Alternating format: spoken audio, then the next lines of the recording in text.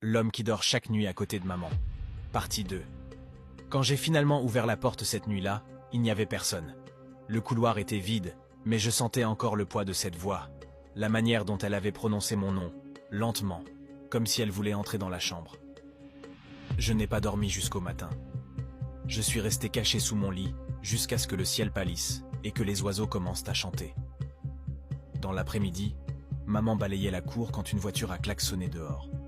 Elle a levé la tête, posé son balai et s'est précipitée vers le portail. Je l'ai suivi discrètement, pensant que c'était peut-être un ami de papa. Mais dès que le portail s'est ouvert, mes jambes se sont mises à trembler. Papa venait de descendre d'une voiture, un sac de voyage noir à la main, le même qu'il emportait toujours quand il allait à Douala. Maman s'est figée, le balai encore dans la main. « Chérie », a dit papa avec un sourire tranquille, « je suis rentré. »« Rentré d'où ?»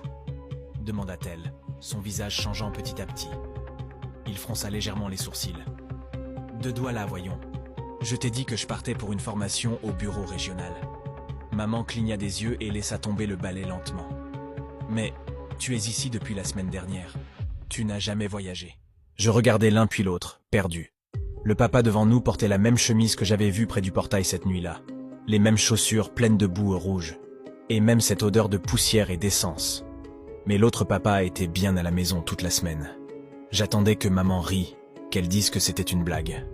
Mais non. Elle restait là, les yeux écarquillés, incapable de savoir lequel croire. Puis, celui qui était resté à la maison sortit du salon. Les deux se retrouvèrent face à face. Même taille, même voix, même sourire. Ce sourire qui ne touchait jamais leurs yeux. « Que se passe-t-il ici ?» demanda celui avec le sac. « C'est à moi de poser la question, » répondit l'autre calmement. « Qui es-tu » Maman se mit à trembler. « Arrêtez, tous les deux, arrêtez tout de suite. » Mais ils ne s'arrêtèrent pas. Ils se regardaient, comme deux miroirs qui refusent de refléter la même image. Leurs yeux brillaient d'une colère contenue, d'une douleur identique. Même moi, je pouvais la sentir. Je voulais courir, mais mes jambes ne bougeaient pas. Les voisins commencèrent à sortir. Certains observaient par leurs fenêtres, d'autres se rassemblaient près de la clôture. J'ai entendu une femme murmurer « Ce n'est pas le mari de Madame Maïmou, ça? Pourquoi ils sont deux ?»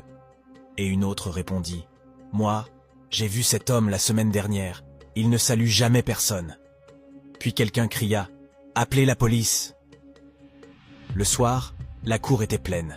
Les sirènes retentissaient, les voisins chuchotaient et maman pleurait en silence dans un coin. Les deux hommes se tenaient